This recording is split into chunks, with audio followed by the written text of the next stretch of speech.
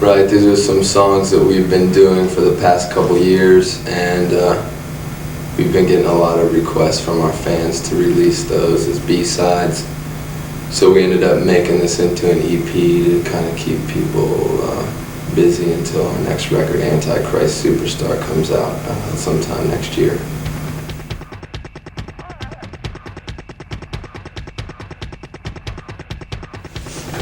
I was always into the lyrics to that song, and I thought maybe other people weren't maybe getting the same interpretation that I was, and I wanted to redo the song where you could really focus on what was being said, as I thought it was a dark song, and I liked the idea of use and abuse, how it was being discussed in that, so I wanted to kind of share that with a newer crowd of listeners.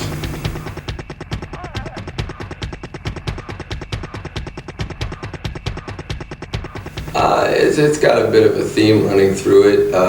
It started off, of course, with Dope Hat, which was the single that we were focusing on, and dealing with the use and abuse that's talked about in that song, and then with Sweet Dreams, and there's a few other tracks. We were living in New Orleans at the time, and different subjects that played a big part in our lives for those 4 months, ranging from drugs to sex and whatever's in between.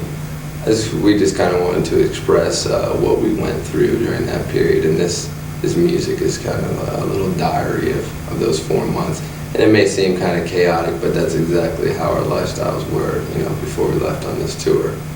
So if it doesn't make sense, that's because our lives didn't make too much sense at the time.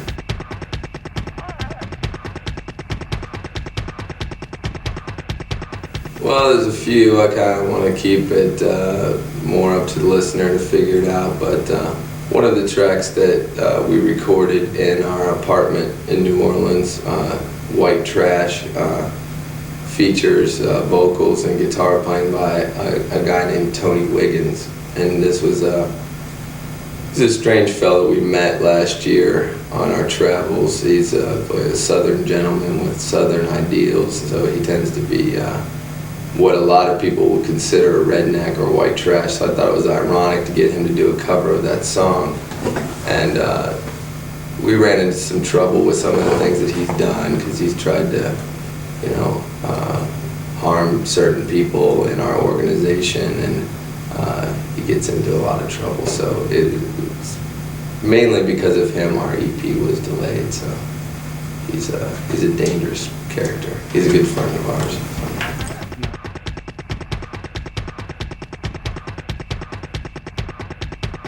Well, Trent worked mostly on the 3 cover songs, and we wanted to just bring out the strong points of the songs, and I thought a lot of the strong points in them were the lyrics, and that's why I picked, those 3.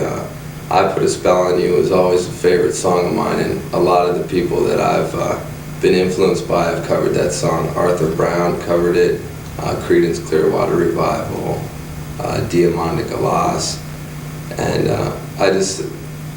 something that wasn't really expressed on Portrait were some of the feelings that were put across in Sweet Dreams and I Put a Spell on You, and it deals with a different part of my personality, dealing with love and those types of emotions. And I thought I Put a Spell on You was a great song to express that, because it's very obsessive, and it's to me it's like one of the original satanic rock songs that a lot of people would overlook, So I really like that song. The Patti Smith song, Rock and Roll Nigger, that we picked, I think that's a song that we've always liked and always wanted to do. We wanted to do that for Natural Born Killers soundtrack, but they ended up, they used the original. Well, I'm glad, because we saved this for our thing, but that's a song that is almost like an anthem for our generation and our fans, because it's about being an individual and being the people not accepting you for who you are and what you like and what you look like and things like that.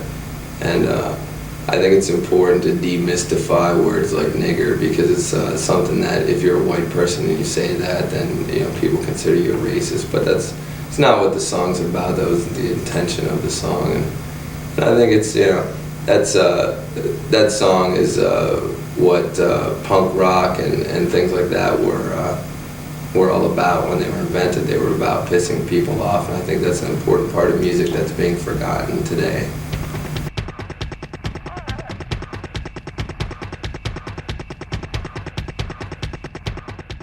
Yeah, but I wouldn't really consider it vocals.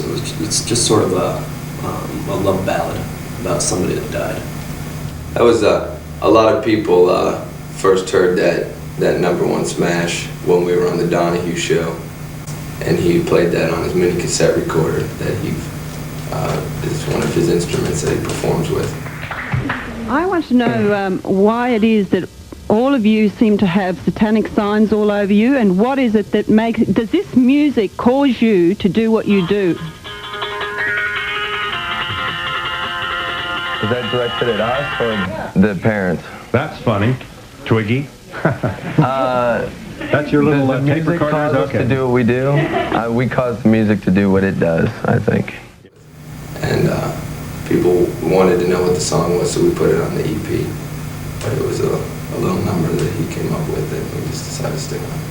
Yeah, Scabs, Guns, and Peanut Butter. White Trash is Well, it's acoustic too. That's that's what I wondered. Scabs, Guns, and Peanut Butter is that real short one. That's Yeah. Oh, okay. I thought. See, I was getting confused. I thought you might have thought that was me singing. That's what I was. Because I never really thought of this. You know what? Also on the credits, I just recorded on the record company fucked up. Did They that? misprinted a lot of shit. They got that one right, but they fucked up a lot of the other ones.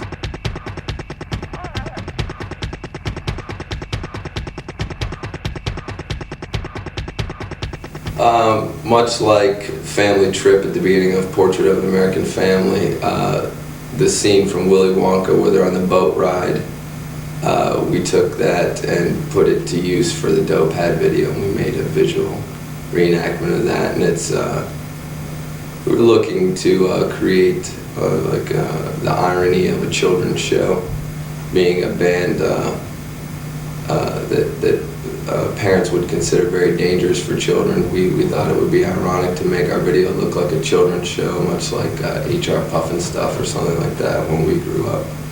So that was the approach that we went into with that video, and it's more of a drugged out psychedelic version of the original Willy Wonka boat ride.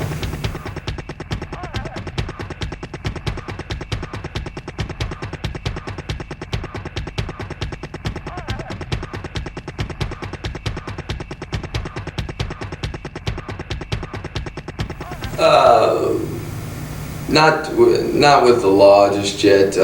When we were in Los Angeles, Tony Wiggins showed up, and he got us into a lot of trouble. We ended up carving a big star on his chest with a broken beer bottle, and he was bleeding all over the place, so everyone got mad at him. Just last week, or 2 weeks ago, we were in Wichita, Kansas, and someone threw a live chicken on stage, which was interesting. And then most recently in Pittsburgh, I had got a cut on my chest, and I was bleeding on stage, and some of the bouncers were mad that they had gotten some blood or something on them, so they wanted to murder me after the show, but I escaped.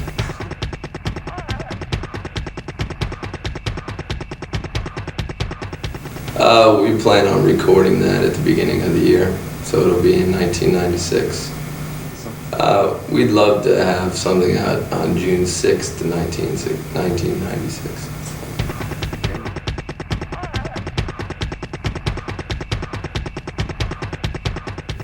Don't stand too close to the stage. I'd also like to make a little request for anyone that might show up tonight. There's a track on our EP if you have that, and it's I can't say it on the air, but it refers to a gentleman by the name of Frankie.